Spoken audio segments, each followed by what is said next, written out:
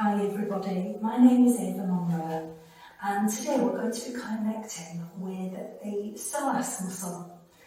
I consider the psoas muscle to be the most important muscle in the body after the heart. It is a big muscle that comes from the breastbone into the hips and down into the inner seams of the legs where it connects into the lesser trochanter. Okay. So we're going to start with mountain pose, otherwise known as Tadasana. So you really want to be thinking about connecting with the feet into the floor before you start. Have the feet roughly hip distance apart. You want to feel the weight even into the soles of the feet.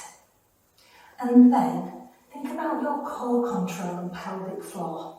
So this is known as Mula Bandha in yoga, and I'll be talking about that in other videos to you. So I'm using my core muscles, my pelvic floor. I'm not clenching the bottom cheeks or tightening up through the thigh muscles. When I'm ready, I'm going to rise up onto the balls of my feet, just a little bit, and then push down in all the pads of the toes. I'm really connecting into the floor. When I'm ready, I'm going to rise up as high as I possibly can onto the balls of the feet and push down into the pads of the toes. Chin is slightly nodded under and I'm not gritting the teeth. And I'm going to begin to concentrate on my breath. My gaze is directly ahead of me and the gaze is soft. It is up to you if you keep the hands by the sides of the body. Place the hands on the hips, take the hands higher, or even bring them up to the crown of the head. Choose the hand position that's best for you. Very nice, slow, deep breaths.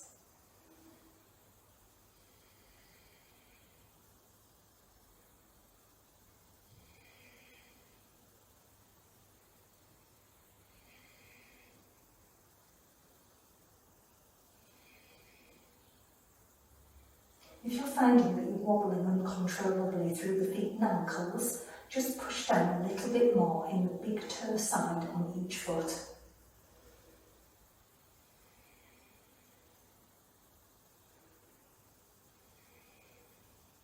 If the legs start to burn, come down, release the pose, give the legs a shake. Just start again.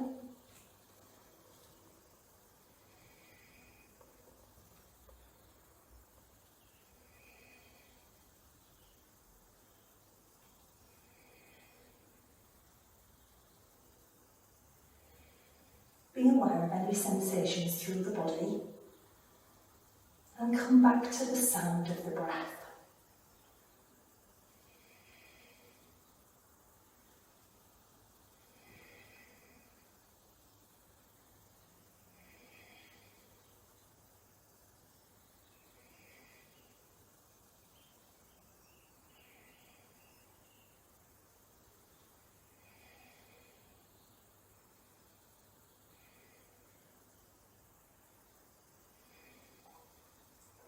And then just lower the arms, bring the feet to the floor, and give the legs a really, really good shake out.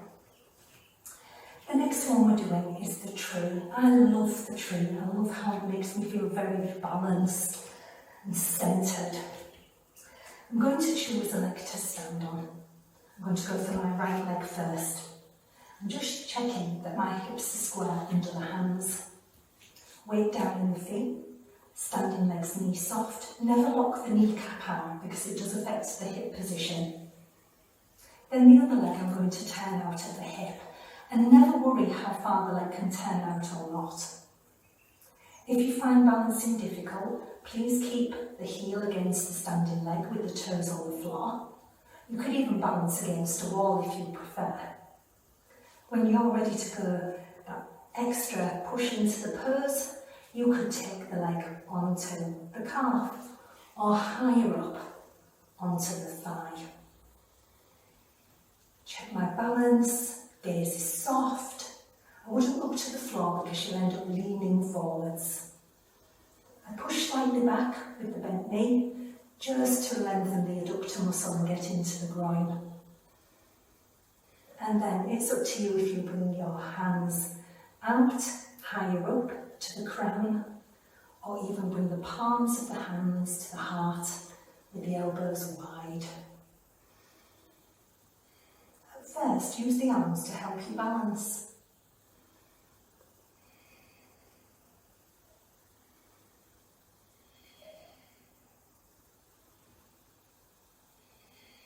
Keep relaxing with the exhale of breath. No tension through the body. Listen to the sound of your breath. It will really help you to relax.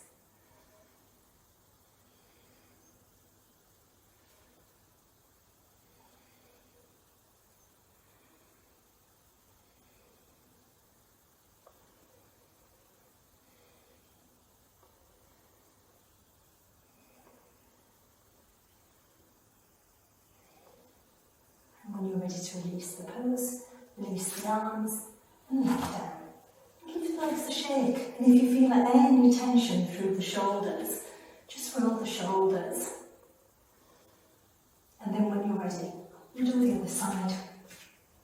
So weight into the foot and the knee soft, hips square. Turn the leg out from the hip, up to you with the foot placement. And if it's different on this side, don't worry. Things do change with time and practice. Set the gaze, jaw soft, listening to the sound of my breath, and then I'll bring the arms into it.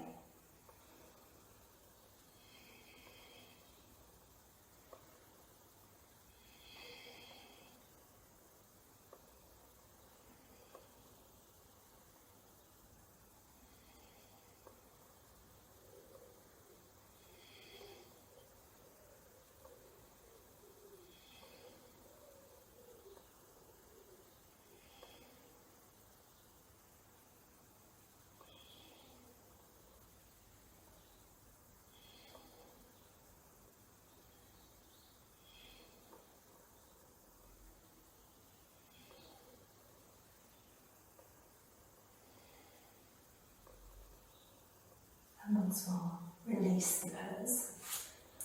Okay, the next one we're doing is known as Warrior 1.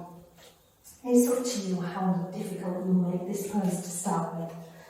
So, I'm coming towards the top of my mat, and my feet are roughly hip distance apart.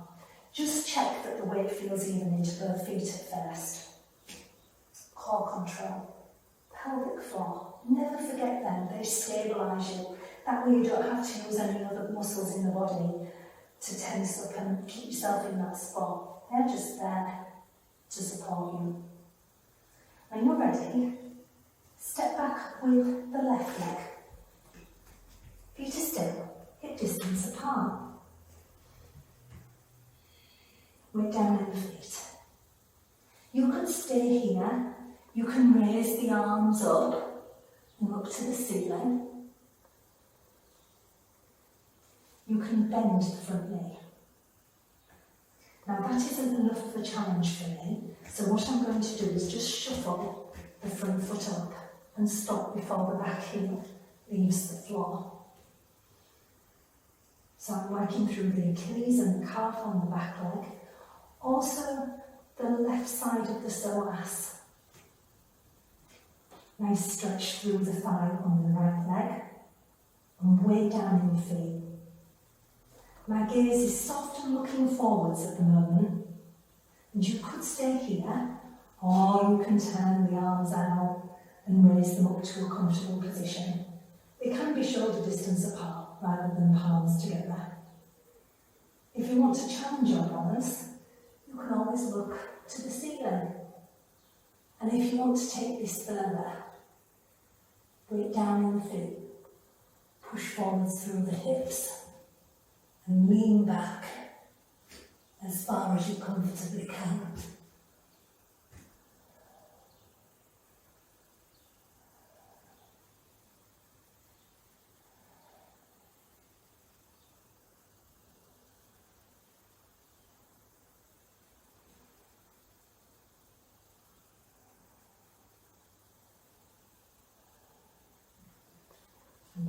arms down, head down, and release the pose. Okay, so we'll do exactly the same on the other side. Don't worry if it feels slightly different on this side. We do hold tension in one side more than the other. So, feet are hip distance apart again. This time I'm going to step back with my right leg, keeping the feet still hip distance apart. I also like to make sure that my toes are pointing forwards. That way my hips are square. I can't twist the spine that way. Up to you if you keep straight legs and take the arms up, or if you bend the front knee. You can always shuffle the foot up, but stop before the back heel leaves the mat. Arms out, tilting the head if you wish, and take the stretch deeper, nearly opening up the psoas. Slow deep breaths.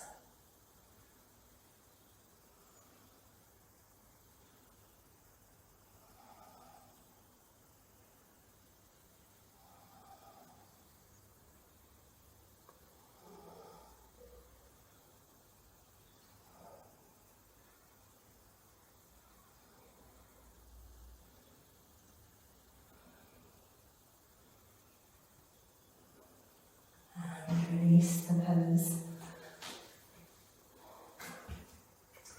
Finally, we're going to do Navasana, which is boat pose. I love this. You can use a band, but I try and refrain from doing that if possible. Okay, so I'm going to sit on my mat and I'm on my sit bones. My knees are quite deeply bent and the knees and feet are hip distance apart. I'm going to take hold of the backs of the legs, right under the knees. Lots of core control, pelvic floor. And I'm just going to roll off the back of the sit bones, and it feels like I've come onto a ledge. From here, raise one foot, and then the other. Shins like a tabletop.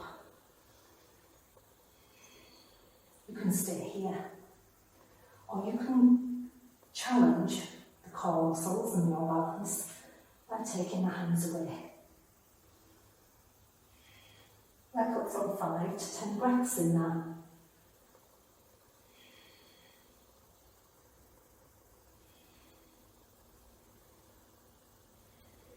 And then you might want to make this different altogether.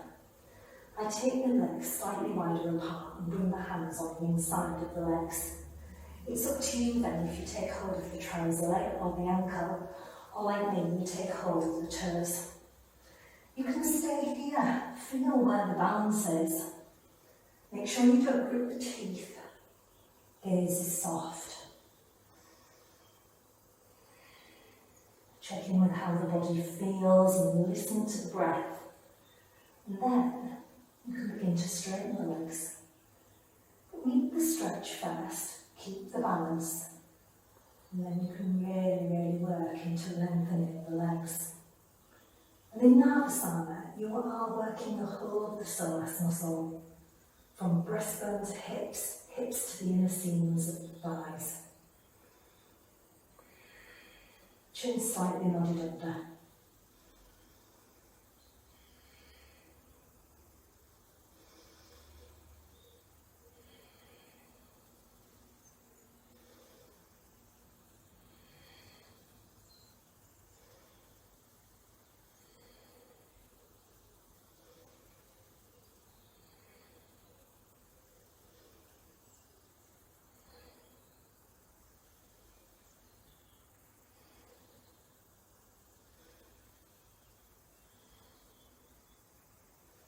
And then to come out of it, just bend the knees very slowly and bring the feet back to the floor and release the pose.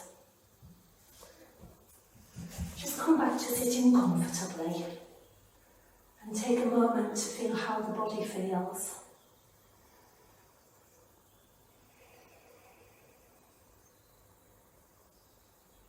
I hope you've enjoyed today's video. Remember to click on like and don't forget to subscribe. Thank you.